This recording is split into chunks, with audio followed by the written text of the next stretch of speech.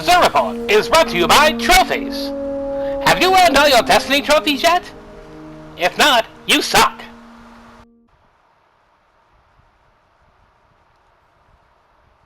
Oh, now would you look at that? Xur's at the end of the tower again, here on the north side past the speaker. What a shock. You know, Xur, your movements are supposed to be random and mysterious, but it seems like lately you only have like 2 or 3 spots you show up in. You're either here, or you're in front of the big door, or you're over on the reef. And that's about it. What's going on? What happened to going down into the lounge? Or the hangar? Or hanging out with the Vanguard? I mean, you know, it's just been forever since you've been in some of these spots. You're just hanging out on this side for a while, and you know, it makes my Xur Report a little less exciting when I just say, well, Xur's at the end of North Tower again, out past the speaker. Is this your favorite spot now or something?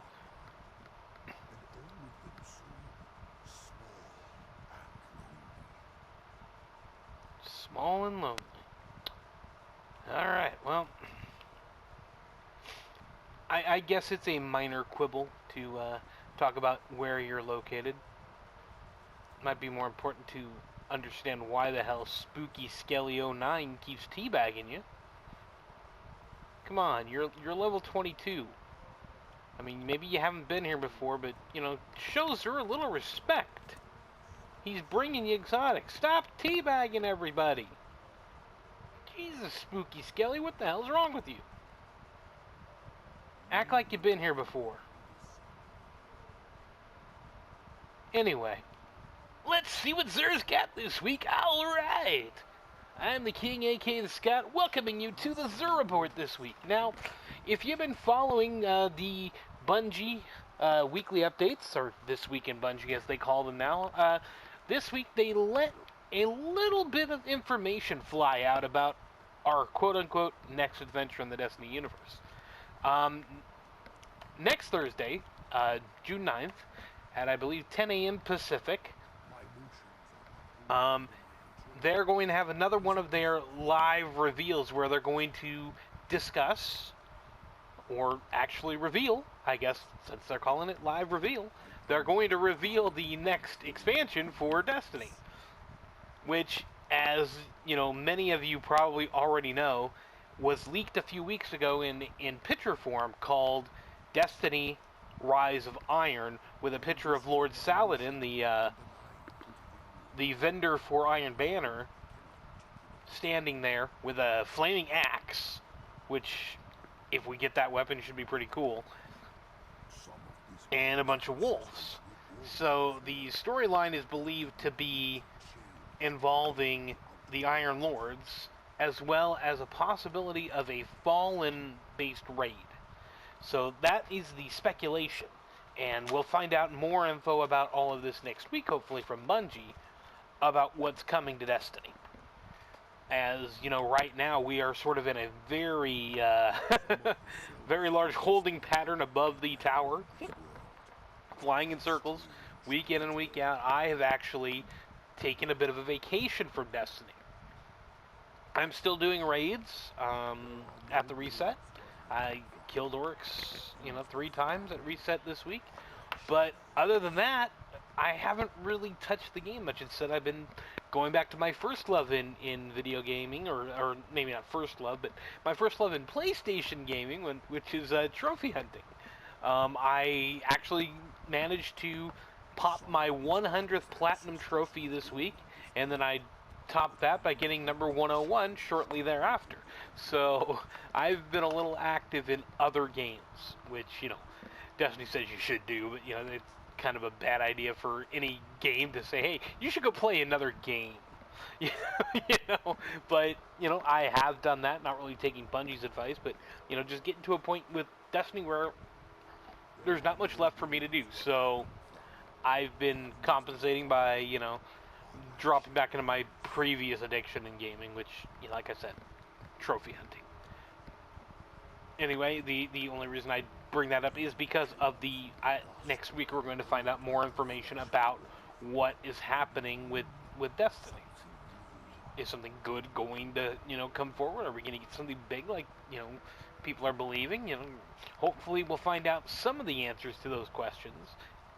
But the biggest burning question would be, hopefully they will have a release date, or at least, a close to date. Maybe not an exact date, but maybe they'll give us something better than just this fall. Maybe we'll get, hey, it's going to be in September at some point, or because that's likely what's going to happen, is going to be in September. And again, this is going to be about a week before E3 is upon us, so they're sort of getting the jump on that. So we'll find out next week. But for now, we'll talk about more of that next week on the Xur Report, where I also might have a big announcement about, the future of the Xur Report. But, like I said, we'll hold off on that until next week.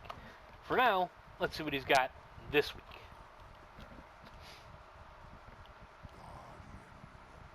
Oh, look at that. My helmets are full. Did not notice that. Anyway, what he's got this week for the Titans, it's the ACD-0 feedback fence. Now, this was one of the items brought forward in the April update. It's the Titan gauntlets that taking damage from a melee attack deals damage in an area around you. So basically, if an enemy hits you, they get hit back with some damage. It's not all that useful unless you're fighting mobs of enemies like thralls, and even then it's going to take 2 or 3 hits from the feedback fence to kill them.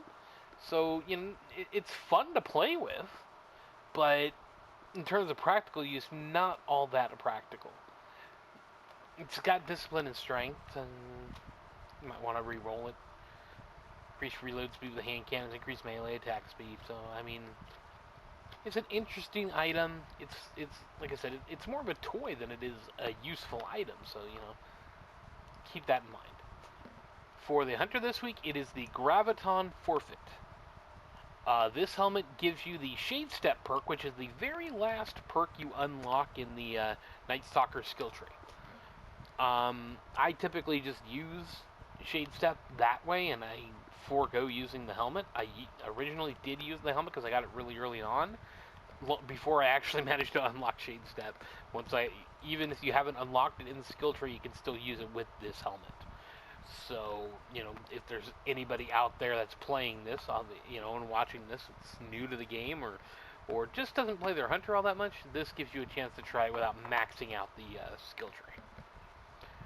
It also allows you to use Shade Step with like Keen Scout, which is, a good little perk that, highlights enemies once you've targeted them. I don't remember if you have to do damage to them or you just see them, but then you can see them behind walls and whatnot, which is pretty cool.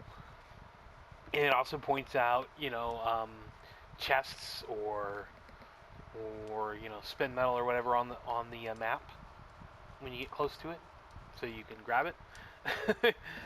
So it's a decent perk, but I tend to just stay with Shade Step. So this helmet, not quite as useful as it was originally. It's still cool. I like how it looks. It's got the, as you can see there in the screenshot, it's got the flaming face of Void.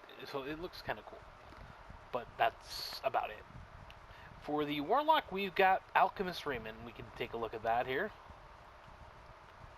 Now, at one point I made major jokes about this item, because the perk here, Iron to Gold, chance to gain Glimmer on primary ammo pickup. I mean, that is about the most useless perk of any exotic, but it makes up for it with the rest of the perk. Orbs collected when your super is full recharge your grenades and melee. This is actually a pretty useful item for Sunsingers, where you're holding on to your, revive. What this does is, since your super is going to be full anyway, because you're holding on to it, this allows you to almost always have a melee or grenade charge. So it's very useful in that situation. So not a completely worthless item. There are, again, there's some uses to it. But if you're someone who likes to use their super as a Warlock, not quite as useful, because it's going to take away those orbs to make supers. This one's got special ammo, heavy ammo, they all do. This one's got arc burn defense. and it's arc armor, so it's built for arc. You might want to re-roll it to build it for solar, because that's really the best use for it, is to use it as a Sunsinger. But again, totally up to you. No Ingram this week. I think at this point we can pretty much guarantee we're not going to get an Ingram anymore. Instead, the weapon is Plan C. This was a part of the December update, I believe. Correct? Yeah. Charge and equip times are very short immediately after weapon swap. You can get a really quick shot off. I always like the look of this one. It's got the bayonet on front. It's got these little spikes here on the scope. I always like the look, but I've never found it to be a really great weapon. Again, it's a fusion. You know, some fusions are nice, but they're not the thing I would use all the time. Especially as an exotic. You know, I wouldn't want to waste the exotic spot on this particular item. But again, that might be a different thing for you. It's not a terrible weapon by any means. If you like fusions, it's a good one. But, I don't know. Seems like a bit of a waste. The Legacy Ingram this week is for chess pieces, and as usual, I will say, don't buy this. All the armor is in year 2, so, you know, unless you really want to complete your year 1 kiosk, don't buy this. Down here we got Emerald Coil, Void Drive, Heavy Ammo Scent, 3 of Coins, Glass Needles, and the Mode of Light Exchange. Alright, so that's it. As you see here, we got quite the audience here this week for Xur. I don't know if what he's offering really warrants this kind of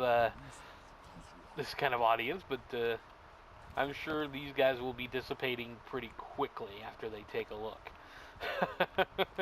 Anyway, like I said, next week we will be back on with more info about what's coming in Destiny.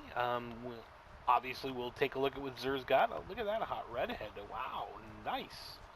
That is one pretty girl. I don't think I've seen her here before. And with Xur being here so often, that surprises me. You'd figure you'd see her more often, but no, that's a newbie holding onto the rail there. And you know, oh, it's Kenny. Jesus, you know, I sometimes I'd really like the ability to just push a guy off the edge, especially a guy named It's Kenny, just because I want to be able to say, "Oh my God, I killed Kenny! I'm a bastard." Well, you know, Redhead, I do get lonely sometimes, and my ghost can project porn, but I shouldn't be talking about that right now. Sorry. Anyway, as you can see here, the crowd has disappeared, as expected, after they took a look at what Xur's got this week. So, like I said, we'll be back next week with hopefully some good info on what's coming in the future for Destiny, and what's coming in the future for the Xur Report. So, I am the King, a.k.a. the Scott. Thanking you for joining me this week. We'll see you next week. Eat a dick. Man, Ghostface, you got a weird look to your face there. It doesn't look like a ghost. That's all I'm going to say. Just bring it, jabroni. Just bring it.